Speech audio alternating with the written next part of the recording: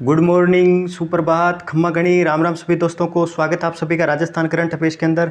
आज है दोस्तों 26 मार्च और इस वीडियो के अंदर दैनिक भास्कर और राजस्थान पत्रिका की न्यूज़पेपर की कटिंग के साथ में राजस्थान का करंट अफेयर्स कवर करने वाले हैं। वीडियो के एंड के अंदर 10 करंट अफेयर्स के क्विज भी डिस्कस करेंगे और इस वीडियो के अंदर क्या खास रहने वाला वो पहले बता देता हूँ दोस्तों। सबसे पहले इस वीडियो के अंदर जो सार्वजनिक भर्ती परीक्षा में नकल वगैरह है उसको रोकथाम को लेके विधानसभा के अंदर एक एक्ट वगैरह लेके आई थी सरकार के द्वारा, वो पारित हो गए। तो उसके अंदर कौन कौन से प्रावधान है वो राजस्थान सरकार के द्वारा किए गए उसके बारे में बात करने वाले हैं। उसके अलावा पर्यटन उद्योग से जुड़े हुए स्टेटमेंट वगैरह है वो विधानसभा के अंदर रखा गया था। तो पर्यटन उद्योग से जुड़े हुए कुछ बहुत ही महत्वपूर्ण फैक्ट वगैरह हैं जो एग्जाम के अंदर पूछे जाते हैं बार बार, उसके बारे में भी आपको मैं बताने वाला हूँ साथ में। और इस वीडियो के अंदर कल दोस्तों विधायकों से जुड़ा हुआ, सर्वश्रेष्ठ विधायकों से जुड़ा हुआ एक समारोह आयोजित किया गया था जिसके अंदर पिछले 3 सालों के अंदर यानी 2019, 20 और 21 के लिए सर्वश्रेष्ठ विधायक पुरस्कार प्रदान किए गए थे। तो किस किस को पुरस्कार मिला है उसके बारे में भी बात करने वाले हैं। आइए स्टार्ट करते हैं सबसे पहले राजस्थान की न्यूज़पेपर की कटिंग के साथ में।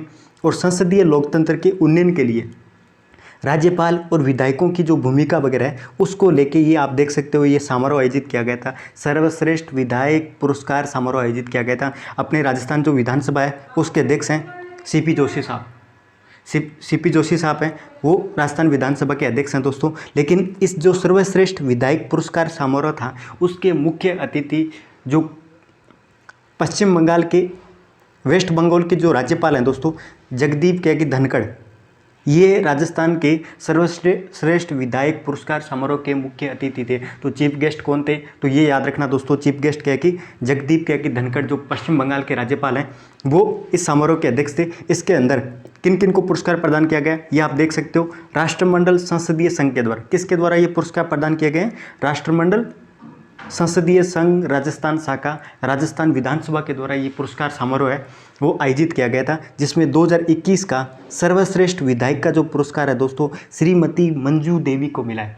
2021 का सर्वश्रेष्ठ विधायक है उसका पुरस्कार किसको मिला भाई? मंजू देवी को मिला है, जिसको प्रदान किसके द्वारा किया गया है? जगदीप, मुख्य अतिथि हैं जो जगदीप धनखड़ है उनके द्वारा प्रदान किया गया है। ठीक है दोस्तों, तो 2021 का सर्वश्रेष्ठ पुरस्कार किसको मिला है? श्रीमती मंजू देवी को। एक और पुरस्कार है वो 2021 का है, वो सर्वश्रेष्ठ 2 विधायकों को। 2021 के जो सर्वश्रेष्ठ विधायक हैं दोस्तों 2 हैं, एक तो मंजू देवी हैं और दूसरा दोस्तों जिसका नाम है बाबूलाल खराड़ी। इनको सर्वश्रेष्ठ विधायक 2021 का पुरस्कार है वो उससे सम्मानित किया गया। ठीक है, 2020 का किसको किया गया भाई? संयम लोढ़ा साहब को, श्री संयम लोढ़ा है उसको 2020 का सर्वश्रेष्ठ विधायक पुरस्कार है उससे सम्मानित किया गया है। आप देख सकते हो सीपी जोशी के द्वारा इनको दिया गया है। और 2019 का है श्री ज्ञानचंद पारख, श्री ज्ञानचंद पारख हैं उनको सर्वश्रेष्ठ विधायक का पुरस्कार दिया गया है। तो ये पिछले 3 सालों का पुरस्कार है वो 5 लोगों को मिला है दोस्तों। 2021 का सर्वश्रेष्ठ पुरस्कार है, 2021 का सर्वश्रेष्ठ पुरस्कार 2 लोगों को, कौन कौन से? एक तो मंजू देवी, दूसरा बाबूलाल खराड़ी, उनको 2021 का मिला है। जबकि 2019 का जो पुरस्कार है वो ज्ञानचंद पारख को मिला है। और 2020 का जो पुरस्कार है दोस्तों श्री संयम लोढ़ा साहब है उनको, ठीक है, संयम लोढ़ा साहब है उनको ये पुरस्कार मिला है दोस्तों। बहुत ही इंपॉर्टेंट है, ये सारे के सारे फैक्ट वगैरह हैं वो याद रखना, आगे वाले एग्जाम के अंदर बहुत इंपॉर्टेंट है। नेक्स्ट दोस्तों, बजट के अंदर, बजट के डिस्कशन के अंदर विधानसभा के अंदर मुख्यमंत्री के द्वारा स्टेटमेंट रखा गया था। ये बोला गया था इस बजट के अंदर गहलोत साहब ने ये बोला है कि मैंने टूरिज्म सेक्टर को इंडस्ट्री का दर्जा देने की घोषणा की गई है। ठीक है, सरकार के द्वारा क्या कि टूरिज्म सेक्टर यानी पर्यटन उद्योग है उसको इंडस्ट्री का दर्जा दिया गया था। और इस घोषणा की अनुपालना के अंदर राज्य सरकार के द्वारा पर्यटन उद्योग को बिजली है जो कमर्शियल रेट पे, पहले क्या कि पर्यटन उद्योग को दर्जा नहीं दिया गया था, अभी उद्योग का दर्जा मिलने की वजह से जो कमर्शियल रेट पे क्या कि जो बिजली वगैरह मिलती थी उसको इंडस्ट्रियल रेट पे देने का आदेश है वो राजस्थान सरकार के द्वारा जारी किया गया है। ये विधानसभा के अंदर बोला गया था। ये टूरिज्म सेक्टर की एक बड़ी मांग थी जिसको राजस्थान सरकार के द्वारा पूरा किया गया है। पहले कमर्शियल रेट पर जो बिजली वगैरह मिलती थी उसको अभी इंडस्ट्रियल रेट पे क्या कि पर्यटन से जुड़े हुए जितने भी उद्योग वगैरह हैं उनको मिलने वाली। ठीक है, इसके अलावा पर्यटन उद्योग को दर्जा देने की जो घोषणा है वो 1989 के अंदर की गई थी। मोहम्मद यूनिस खान कमेटी, एक यूनिस समिति थी दोस्तों जिसके बारे में आगे बताने वाला हूँ। शायद तक 4 नवंबर 1989 को ये कमेटी गठित की गई थी, मोहम्मद यूनिस समिति। उसकी सिफारिश के आधार पर राजस्थान के अंदर पर्यटन उद्योग को क्या कि उद्योग का दर्जा देने की घोषणा की गई थी, लेकिन क्या है कि ठीक से क्रियान्वयन इम्प्लीमेंटेशन है वो नहीं हो सका था। ये सरकार का कहना है। हमारी सरकार ने न सिर्फ क्या कि इस संबंध के अंदर घोषणा की है, अपितु पर्यटन उद्योग को विकसित करने के लिए बहुत अच्छी तरीके से क्या कि सरकार के द्वारा कुछ क्रियान्वयन वगैरह है वो बजट के अंदर घोषणा की गई।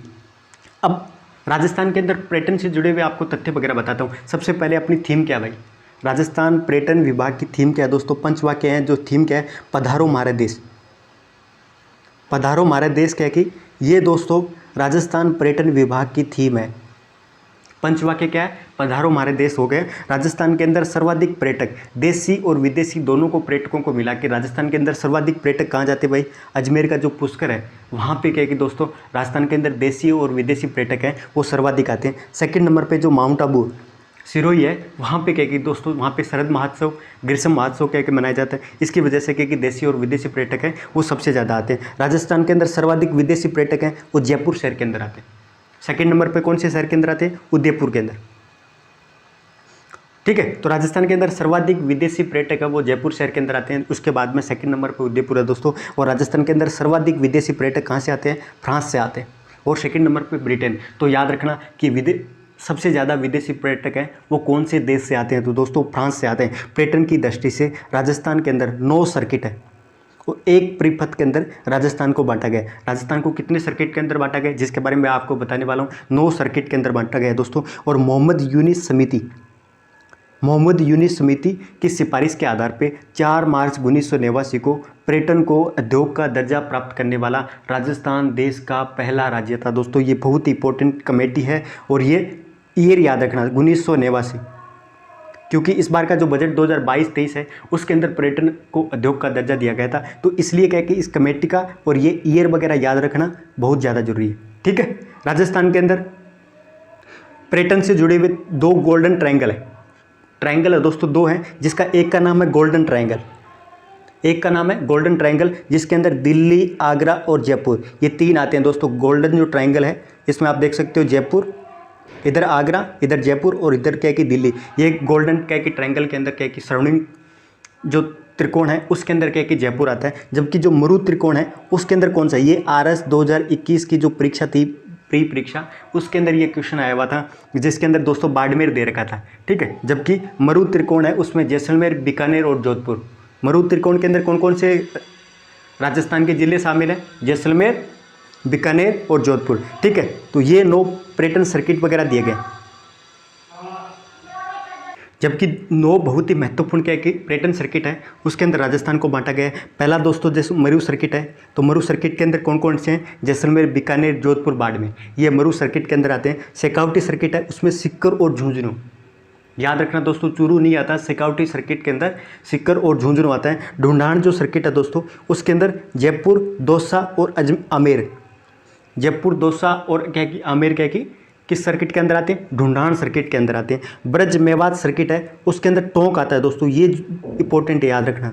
ठीक है, तो ब्रज मेवात सर्किट है उसमें अलवर, भरतपुर, सवाईमाधोपुर के साथ में टोंक भी दोस्तों ब्रज मेवात है उस सर्किट के अंदर आता है। हड़ौती सर्किट के अंदर 4 है, कोटा, बूंदी, बारा, झालावाड़। इसके अंदर क्या है कि आपको कन्फ्यूजन नहीं रहेगा। ठीक है, मेरवाड़ा जो सर्किट है उसके अंदर अजमेर, पुष्कर, मेड़ता और नागौर। पुष्कर हो गया, अजमेर हो गया, नागौर। तो नागौर और अजमेर दोस्तों मेरवाड़ा सर्किट है उसके अंदर आता है। मेवाड़ सर्किट के अंदर कौन कौन से, राजसमंद, चित्तौड़गढ़ और भीलवाड़ा, ये बहुत इंपॉर्टेंट है दोस्तों। भीलवाड़ा भी क्या है कि कौन से सर्किट के अंदर आता है, मेवाड़ सर्किट के अंदर। और वांगड़ के अंदर बांसवाड़ा और डूंगरपुर। और गोडवाड़ जो सर्किट है उसके अंदर पाली, सिरोही और जालोर। ये राजस्थान के 9 सर्किट है दोस्तों, बहुत ही इंपॉर्टेंट है, जिसके अंदर शेखावटी वाला याद रखोगे, मरु सर्किट है वो इंपॉर्टेंट रहता है, मेरवाड़ा सर्किट और मेवाड़ सर्किट ये क्या है कि बहुत ज़्यादा इंपॉर्टेंट है। ठीक है, अगला दोस्तों यूनेस्को के विश्व विरासत धरोहर स्थल के बारे में बात करते हैं। राजस्थान के 3 यूनेस्को विश्व धरोहर के स्थल हैं। एक तो केवला देवी राष्ट्रीय उद्यान है उसको शामिल किया गया, एक जंतर मंतर है, और राजस्थान के जो 5 पहाड़ी किले उनको यूनेस्को की विश्व धरोहर के स्थल है उसके अंदर शामिल किया गया। 5 किले कौन कौन से, चित्तौड़गढ़ का किला, कुंभलगढ़ का किला, रणथंभौर का किला, अंबर और जैसलमेर। ये 5 किले हैं दोस्तों जिनको विश्व विरासत धरोहर स्थल है उसके अंदर शामिल किया गया है। कुंभलगढ़ की जो दीवार है 2013 के अंदर यूनेस्को के द्वारा इसको घोषित किया गया था। इस दुर्ग की दीवार की लंबाई कितनी है, 38 किलोमीटर। और ये दुनिया की चीन की दीवार के बाद में दूसरी सबसे लंबी दीवार है दोस्तों, जिसको भी क्या कि यूनेस्को की विश्व विरासत धरोहर स्थल है, उसके बारे में ठीक है आपको स्थल वगैरह बताया। अगला दोस्तों पर्यटन उद्योग के बारे में बाद में सार्वजनिक परीक्षा भर्ती के अंदर अनुचित साधनों की रोकथाम उपाय विधेयक 2022 है, उसको पारित किया गया, जिसके बारे में भी बात करने वाले। प्रदेश के अंदर दोस्तों 25 लाख बेरोजगारों की मांग पे राज्य सरकार के द्वारा भर्ती प्रतियोगी परीक्षाओं के अंदर नकल वगैरह है, पेपर लीक की जो घटनाएं वगैरह है, उसको रोकने के लिए गुरुवार को एक सख्त कानून है वो विधानसभा के अंदर पारित किया गया है, जिसके अंतर्गत 3 साल से लेके 10 साल तक की सज़ा का प्रावधान किया गया है दोस्तों, और जिसके अंदर जुर्माना भी क्या कि 10 करोड़ रुपए तक का जुर्माना का प्रावधान किया गया है। जुर्माना कितना 10 करोड़ रुपए के आसपास, और सज़ा का प्रावधान है वो 3 साल से लेकर 10 साल के बीच में सज़ा का प्रावधान किया गया है। और वहीं दोषी परीक्षार्थियों को 2 साल तक की परीक्षा से बाहर करने का भी प्रावधान है वो सरकार के द्वारा इस बिल के अंदर किया गया है। और बिल का नाम क्या है भाई, राजस्थान सार्वजनिक परीक्षा भर्ती के अंदर अनुचित साधनों की रोकथाम उपाय विधेयक 2022 है, ये इसका पूरा नाम है दोस्तों, याद रखोगे। इसके अंदर बोर्ड और विश्वविद्यालय की परीक्षाएं भी शामिल है, जो माध्यमिक शिक्षा बोर्ड वगैरह की जो एग्जाम होती है, 10वीं 12वीं की जो एग्जाम वगैरह रहती है, उसके अंदर भी नकल वगैरह है वो भी इसी एक्ट के अंदर शामिल किया गया है। विश्वविद्यालय यूनिवर्सिटीज़ की जो परीक्षा वगैरह है उसको भी शामिल किया गया है कंपटीशन एग्जाम के साथ में, ठीक है। और दोषी पाए जाने पे संस्था को हमेशा के लिए बैन करने का प्रावधान भी इसी बिल के अंतर्गत किया गया है। और इसके अंदर क्या किया गया है, भर्ती के अंदर पारदर्शिता वगैरह उसको सुनिश्चित करने के लिए इसके अंदर क्या क्या प्रावधान किया गया, ठीक है। तो मिली भगत कर अनुचित साधनों का प्रयोग करने वाले जो भी परीक्षार्थी वगैरह हैं उसको अन्य व्यक्तियों के साथ 5 साल से लेकर 10 साल तक की सज़ा, 10 लाख रुपए से लेकर 10 करोड़ रुपए तक का जुर्माना का प्रावधान किया गया है दोस्तों। बहुत ही कड़ा कानून है, एक तरह का बहुत सख्त कानून है, जिसकी मांग है वो सरकार के द्वारा लगातार है वो बेरोजगारों के द्वारा की जा रही थी। अनुचित साधनों को प्रयोग करने वाले परीक्षार्थी को 3 साल का कारावास का प्रावधान किया गया। जिस विद्यार्थी ने जैसे अनुचित साधन या लोग ब्लूटूथ का प्रयोग किया या सिम का प्रयोग किया या नकल से जुड़ी कोई पर्ची वगैरह लेके के चले गए, तो ये इस तरह के अनुचित साधन है उसका प्रयोग करने वाले जो भी स्टूडेंट वगैरह है उसको 3 साल का कारावास का प्रावधान किया गया। और न्यूनतम 1 लाख रुपए का, तो जो भी विद्यार्थी वगैरह है, जो स्टूडेंट वगैरह है वो नकल के लिए कोई भी अनुचित साधन का प्रयोग करता है तो उसको दोस्तों 3 साल की सज़ा का प्रावधान, 1 लाख रुपए न्यूनतम जुर्माना और उसको 2 साल के लिए परीक्षा से बाहर करने का प्रावधान है वो इसी एक्ट के अंदर किया गया है। तीनों प्रावधान याद रखिए, ठीक है। आपको क्वेश्चन वगैरह एग्जाम के अंदर पूछा जा सकता है, स्टेटमेंट के तौर पर पूछा जा सकता है। ये पूछा जा सकता है कि सार्वजनिक भर्ती परीक्षा रोकथाम विधेयक के अंदर अनुचित साधनों का प्रयोग करने वाले विद्यार्थी को न्यूनतम कितने लाख रुपए का जुर्माने का प्रावधान किया गया है। तो ऐसे 4 ऑप्शन दे दे तो अपने को याद रखना है, न्यूनतम 1 लाख रुपए। उसको कितनी साल के लिए परीक्षा से वंचित किया जा सकता है, 2 साल के लिए किया जा सकता है। उसको परीक्षार्थियों कारावास का कितना 3 साल की सज़ा का प्रावधान है। जबकि मिली भगत करके यानी दूसरों के साथ में साठगांठ करके यदि बड़े स्तर पर क्या कि नकल की जाती है तो उस स्थिति में उसी परीक्षार्थियों को उस व्यक्ति के साथ में जिसको नकल के साथ गिरोह के साथ में पकड़ा गया है उसको 5 से 10 साल की सज़ा का प्रावधान है। और 10 लाख से 10 करोड़ रुपए का जुर्माने वगैरह का प्रावधान है वो इस एक्ट के अंदर किया गया है। इसके अलावा अपराध से प्राप्त की गई जो भी संपत्ति वगैरह उसको जब्त किया जा सकता है, ठीक है, ये भी आप याद रखोगे।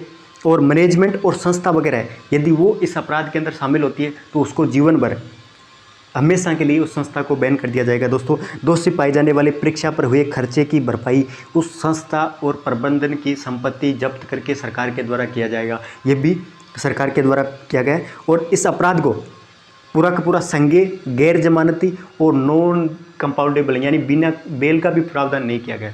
बेल भी आपको नहीं मिलेगी इसके अंतर्गत यदि, ठीक है। तो संज्ञेय, गैर जमानती अपराध, इसके अलावा अपराधों की ट्रायल के लिए सेशन कोर्ट का प्रावधान किया गया है। और साथ में क्या है कि इस पे जो कार्रवाई वगैरह है वो अतिरिक्त पुलिस अधीक्षक स्तर का अधिकारी वगैरह है या उससे ऊपर रैंक का अधिकारी वगैरह है। तो ये चीज़ याद रखना, जो इस तरह के जो अपराध वगैरह है वो गैर जमानती, नॉन कंपाउंडेबल और संज्ञेय अपराध है दोस्तों। इसकी ट्रायल के लिए सरकार के द्वारा सेशन कोर्ट की स्थापना की जाएगी। साथ में इसके लिए अधिकारी का स्तर भी तय किया गया है, अतिरिक्त पुलिस अधीक्षक, उस स्तर का अधिकारी वगैरह ही इस मामले की जांच वगैरह वो की जा सकती है। ये आप देख सकते हो, इसके अंदर क्या है कि जांच अधिकारी अतिरिक्त पुलिस अधीक्षक रहेगा, ठीक है। इसके अंदर जो भी प्रावधान वगैरह किए गए, कमाई हुई संपत्ति है वो भी क्रूक वगैरह हो जाएगी। और ये सारे के सारे देख सकते हो, ठीक है, जिनके बारे में अपन ने बात कर ली। नेक्स्ट दोस्तों, CMII रिपोर्ट है, उसके हिसाब से कोरोना काल के अंदर राजस्थान जॉब पैदा करने के मामले के अंदर राजस्थान बहुत ज़्यादा पीछे है। पिछले 2 सालों के अंदर राजस्थान के अंदर 20% की बेरोजगारी है वो बढ़ी है। हाल ही के अंदर एक सर्वे किया गया था, किसके द्वारा, एक संस्था है दोस्तों जिसका नाम है CMIE,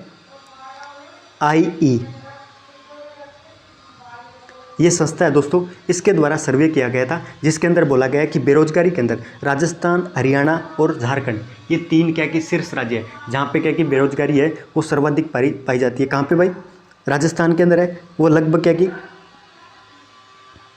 आप देख सकते हो मार्च 2020 के अंदर राजस्थान के अंदर बेरोजगारी 11% थी, लेकिन अभी बेरोजगारी है वो 32% के आसपास है दोस्तों। तो इस हिसाब से इसी रिपोर्ट के आधार पे राजस्थान के अंदर बेरोजगारी की जो दर है वो सर्वाधिक है दोस्तों। सेकंड नंबर पे हरियाणा है और थर्ड नंबर पे झारखंड है।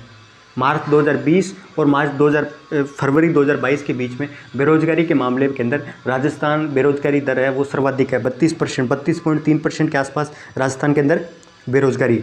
ठीक है दोस्तों, सेकंड नंबर पे हरियाणा और थर्ड नंबर पे झारखंड। और सबसे कम बेरोजगारी कहाँ पे, उड़ीसा के अंदर। उड़ीसा है जहाँ पे क्या कि सबसे कम 1% से कम बेरोजगारी है वो उड़ीसा के अंदर है। ये सारे के सारे आंकड़े रखो। और ये रिपोर्ट किसके द्वारा प्रकाशित की गई है, ये सेंट्रल मैनेजमेंट इंस्टीट्यूट ऑफ क्या कि एम्प्लॉयमेंट है, इस सर्वे के द्वारा ये रिपोर्ट प्रकाशित की गई है। जहाँ पे क्या कि 5% से कम बेरोजगारी है वहाँ पे उड़ीसा के अंदर 1% से कम बेरोजगारी। सेकंड नंबर पे मेघालय, छत्तीसगढ़, कर्नाटक, ये राज्य वगैरह जहाँ पे क्या कि 5% से कम बेरोजगारी है। वही क्या कि ऐसे राज्य भी हैं जहाँ पे बेरोजगारी है वो 30% से भी अधिक है, जिसमें नाम है ऊपर राजस्थान, सेकंड नंबर पे हरियाणा। ठीक है, देश के अंदर बेरोजगारी की दर है वो कितनी है, वो 7.4%। इस रिपोर्ट के आधार पे देश के अंदर बेरोजगारी की दर कितनी है, 7.4%। ठीक है दोस्तों, तो ये आप फैक्ट वगैरह याद रखोगे कि हाल ही के अंदर CMIE रिपोर्ट के आधार पे राजस्थान के अंदर बेरोजगारी की दर कितनी है, तो 32.3%। सेकंड नंबर पे हरियाणा 31%। थर्ड नंबर पे झारखंड है जहाँ पे 15% है। वहीं देश के अंदर बेरोजगारी की दर कितनी है, 7.4% के आसपास है। सबसे कम बेरोजगारी की दर कहाँ पे, उड़ीसा और मेघालय। ठीक है, इतना डाटा आप याद रख लीजिए, बस काफ़ी है। अगला दोस्तों, ऑपरेशन सबल और चुप्पी तोड़ो अभियान के बारे में बात करते हैं। ये 2 बहुत ही महत्वपूर्ण अभियान है दोस्तों जिनके बारे में बात करते हैं। सबसे पहले आपको ऑपरेशन सबल के बारे में बताता हूँ। ऑपरेशन सबल अभियान है उसके बारे में बताता हूँ दोस्तों। ये जो सबल अभियान है ये बहुत ही महत्वपूर्ण अभियान है दोस्तों, जिसमें जो वृद्धजन वगैरह है, जो सीनियर सिटीजन है राजस्थान के, वो नागरिक जिन्होंने क्या कि 60 साल से अधिक उम्र पार कर लिया है, उन नागरिकों को पेंशन से जुड़ी हुई सारी की सारी समस्या वगैरह, उनको जागरूकता वगैरह पैदा करना, और साथ में क्या कि उनको पेंशन से जुड़े हुए मामले वगैरह हैं उसकी फास्ट तरीके से उनको पेंशन वगैरह प्रदान करने के लिए राजस्थान सरकार के द्वारा जिला प्रशासन है उसके स्तर पर ऑपरेशन सबल अभियान, ठीक है, शुरू किया गया था। तो ऑपरेशन सबल अभियान किससे संबंधित है, वृद्धजनों की पेंशन वगैरह उस पर त्वरित तरीके से कार्रवाई वगैरह करने के लिए जिला प्रशासन स्तर पे क्या कि ऑपरेशन सबल अभियान शुरू किया गया। दूसरा दोस्तों, चुप्पी तोड़ो अभियान के बारे में बताता हूँ। चुप्पी तोड़ो जो अभियान है दोस्तों, वो महिलाओं को खासतौर से क्या कि जो बालिकाएं वगैरह होगी, किशोरी होगी और महिलाएं वगैरह हैं, उनको क्या कि गुड टच और बैड टच के बारे में बताना है। जो बालिकाएं वगैरह स्कूल के अंदर है, या बालिकाएं और किशोरें, उन किशोर जो लड़की वगैरह हैं उनको गुड टच और बैड टच के बारे में बताना है। साथ में क्या कि उनको महामारी से संबंधित जो स्वच्छता वगैरह है उसको, हाइजीन को लेके एम्बेसडर है वो भी नियुक्त करने के लिए कक्षा 9वीं से लेकर 12वीं तक की जो भी छात्राएं वगैरह हैं उनको क्या कि हाइजीन क्या कि एम्बेसडर है वो भी नियुक्त किया जाएगा। तो ये चीज़ आप ध्यान रखना चुप्पी तोड़ो अभियान के अंदर। नेक्स्ट दोस्तों, प्रेम भाया महोत्सव के बारे में बात करते हैं। ये जो प्रेम भाया महोत्सव है ये कहाँ मनाया जाता है भाई, प्रेम भाया के महोत्सव है दोस्तों, ये ढूंढान की विरासत को सहेजने के उद्देश्य से 25 मार्च से 3 दिवसीय भक्ति संगीत समारोह है जिसका नाम है प्रेम भाया महोत्सव है। उसकी शुरुआत दोस्तों कहाँ से, ढूंढान। तो ढूंढान विरासत को संग्रहित करने के लिए ये जयपुर के अंदर क्या है कि, तो प्रेम भाया महोत्सव है वो कहाँ पे मनाया जाता है, तो जयपुर के अंदर। और ये किससे संबंधित है, ये ढूंढान क्या कि जो विरासत वगैरह है उसको संरक्षण से संबंधित है, उसको संचित करने से संबंधित है। ठीक है, नेक्स्ट दोस्तों, पैराशूटिंग के मामले के अंदर राजस्थान ने जीते 6 स्वर्ण पदक। कितने पदक जीते भाई पैराशूटिंग के अंदर, कौन कौन से भाई, दिल्ली के तालकोटरा स्टेडियम के अंदर आयोजित जोनल और नेशनल पैरा शूटिंग चैंपियनशिप। तो ये याद रखना, जो नेशनल पैरा शूटिंग चैंपियनशिप है उसका आयोजन कहाँ पे हुआ था, तो दिल्ली के तालकोटरा स्टेडियम के अंदर, और जिसमें राजस्थान के खिलाड़ियों ने शानदार तरीके से प्रदर्शन किया था, जिसमें 14 पदक जीते। राजस्थान के खिलाड़ियों ने कितने पदक जीते, 14 पदक, जिसमें 6 गोल्ड मेडल, 6 की रजत और 2 कांस्य पदक जीत के राजस्थान ने पैरा नेशनल लेवल की जो पैरा शूटिंग चैंपियनशिप दिल्ली के अंदर आयोजित हुई थी उसके अंदर 14 पदक जीते हैं, जिसमें से गोल्ड मेडल कितने, 6। ठीक है, इनमें से युवा प्रतिभाशाली खिलाड़ी है जिसका नाम है मोना अग्रवाल। उसने जोनल और नेशनल में 3 गोल्ड मेडल और 3 रजत पदक सहित 6 पदक जीते हैं। तो पैरा शूटिंग जो चैंपियनशिप थी उसके अंदर मोना अग्रवाल के द्वारा जोनल और नेशनल पैरा शूटिंग के अंदर दोस्तों 6 अवार्ड जीते हैं, 6 पदक हैं, वो राजस्थान की खिलाड़ी उसने जीता है। इसके अलावा Paralympian gold medal winner Avani Lekhara साहब है, उसने क्या है कि नेशनल शूटिंग के अंदर 10 मीटर एयर राइफल के अंदर गोल्ड मेडल जीता है। 10 मीटर के की एयर राइफल मिक्स के अंदर भी मोना अग्रवाल और भवानी शंकर के साथ में मिलकर इसने रजत पदक जीता है। तो इतना ज़्यादा इंपॉर्टेंट नहीं है, लेकिन आप इतना याद रखो कि 14 पदक जीते हैं, जिसमें से 6 गोल्ड मेडल हैं, और इसका आयोजन कहाँ पे हुआ है, दिल्ली के अंदर हुआ है। मोना अग्रवाल है वो किस खेल से संबंधित है, तो शूटिंग से संबंधित है, ये भी आप याद रख सकते हो। भवानी शंकर, मोना अग्रवाल, अवनी लेखरा, ये सारे के सारे कौन से क्या कि खेल से संबंधित है। रुद्राक्ष खंडेलवाल हो गए, ये राजस्थान के खिलाड़ी है जो शूटिंग, ठीक है, पिस्टल से संबंधित है। ठीक है, अगला दोस्तों, वर्षा और प्रियंका और खुशी को डॉक्टर पूनिया ने किया सम्मान है। हाल ही के अंदर सवाई मानसिंह स्टेडियम के अंदर गुरुवार को अलमाटी यानी कजाकिस्तान के अंदर 16वीं एशियन वुमेन्स जूनियर हैंडबॉल प्रतियोगिता का आयोजन हुआ था। कहाँ पे, कजाकिस्तान है, जिसकी दोस्तों राजधानी है पहले क्या की अस्ताना थी। कजाकिस्तान की राजधानी पहले अस्ताना थी, जो हाल ही के अंदर चेंज हुई है, जिसका नाम क्या है, नूर सुल्तान। ये नूर सुल्तान दोस्तों नई राजधानी है कजाकिस्तान की। वहाँ पे 16वीं एशियन वुमेन्स जूनियर हैंडबॉल प्रतियोगिता का आयोजन हुआ था। वहाँ पे गोल्ड मेडल जीता था एक भारतीय टीम की हैंडबॉल खिलाड़ी राजस्थान की है, जिनका नाम है वर्षा जाखड़, प्रियंका मीणा और अंतर्राष्ट्रीय बॉक्सर खुशी पूनिया। इनके द्वारा ये वहाँ पे कजाकिस्तान है, वहाँ पे हैंडबॉल प्रतियोगिता है। वहाँ पे क्या है कि इन्होंने गोल्ड मेडल जीता था, जिनको सम्मानित कृष्णा पूनिया दोस्तों राजस्थान क्रीड़ा खेल परिषद है उसकी अध्यक्ष है, और उपाध्यक्ष कौन है, सतीश पूनिया। ठीक है, सतवीर पूनिया जिसका नाम है, जो राजस्थान यूनिवर्सिटी के अध्यक्ष भी रहे हुए हैं। ठीक है, राजस्थान राज्य क्रीड़ा परिषद के अध्यक्ष कौन है, डॉक्टर पूनिया, और इनके द्वारा इनको सम्मानित किया गया था। ठीक है, अगला दोस्तों एक बहुत ही इंपॉर्टेंट क्या की न्यूज है कि विश्व बैंक के द्वारा ब्लैक राइनो की लुप्त प्राय प्रजाति है दोस्तों, उसको संरक्षण करने के लिए दक्षिणी अफ्रीका के प्रयासों को समर्थन करने के लिए वन्य जीव संरक्षण बॉन्ड जारी किया गया। तो हाँ, ये क्वेश्चन आ सकता है कि बहुत इंपॉर्टेंट क्वेश्चन है ये, कि विश्व बैंक के द्वारा हाल ही के अंदर वन्य जीव संरक्षण बॉन्ड जारी किया गया। तो किस संस्था के द्वारा जारी किया गया, तो विश्व बैंक के द्वारा। किसको संरक्षण करने के लिए, राइनो बॉन्ड के रूप में है, वो विश्व बैंक के द्वारा जारी किया गया है। और राइनो 150 मिलियन डॉलर का ये सतत बॉन्ड होगा दोस्तों। और इस तरह का ये बॉन्ड जारी करने वाला किस प्रजाति के लिए, राइनो की संरक्षण करने के। ये गेंडे की प्रजाति है दोस्तों दक्षिण अफ्रीका के अंदर। इसको संरक्षण करने के लिए विश्व बैंक के द्वारा पहली बार वन्य जीव संरक्षण बॉन्ड है वो जारी किया गया, जिसका नाम क्या है, राइनो बॉन्ड। नेक्स्ट दोस्तों, नोबेल पुरस्कार विजेता जो 14वें दलाई लामा है, उनके द्वारा एक क्या की बुक वगैरह प्रकाशित की गई है, जिसका नाम क्या है, the little book of Joy. ये दलाई लामा है जो भारत के अंदर दोस्तों निवास करते हैं, प्रवासी हैं। ठीक है, इनको नोबेल शांति पुरस्कार से भी सम्मानित किया गया है, और इनकी जो बुक्स वगैरह रहती है वो बहुत इंपॉर्टेंट रहती है, इसीलिए मैं आपके लेके आया हूँ। The little book of Joy है, तो ये बुक किन की है, तो दलाई लामा की। ठीक है, तो दलाई लामा के द्वारा एक नई बुक लिखी गई है, the little book of Joy. ठीक है, नेक्स्ट दोस्तों, भारतीय सेना के द्वारा हाल ही के अंदर महाराष्ट्र की पुलिस के साथ में मिलकर एक संयुक्त अभ्यास आयोजित किया गया था, सुरक्षा कवच 2। तो सुरक्षा कवच 2 किससे संबंधित है, तो ये भारतीय सेना के द्वारा आतंकवाद विरोधी कार्रवाई वगैरह है उसमें मुकाबला करने के लिए महाराष्ट्र की पुलिस के साथ में मिलकर भारतीय सेना के द्वारा एक ऑपरेशन या अभ्यास वगैरह आयोजित किया गया था, जिसका नाम है दोस्तों सुरक्षा कवच 2। ठीक है, नेक्स्ट दोस्तों, जल्दी जल्दी करंट अफेयर्स के क्विज देख लेते हैं। ऑस्ट्रेलिया के किस खिलाड़ी ने टेस्ट क्रिकेट के इतिहास के अंदर सबसे तेज 8000 रन बनाने वाले खिलाड़ी क्या कि बन गए हैं दोस्तों? तो इनका नाम है स्टीव स्मिथ। तो 8000 रन है उन्होंने टेस्ट क्रिकेट के अंदर बनाए, और ऑस्ट्रेलिया के किसी भी खिलाड़ी ने सबसे ज़्यादा तेज रन है वो बनाने वाले खिलाड़ी बने हैं दोस्तों, जिनका नाम है स्टीव स्मिथ।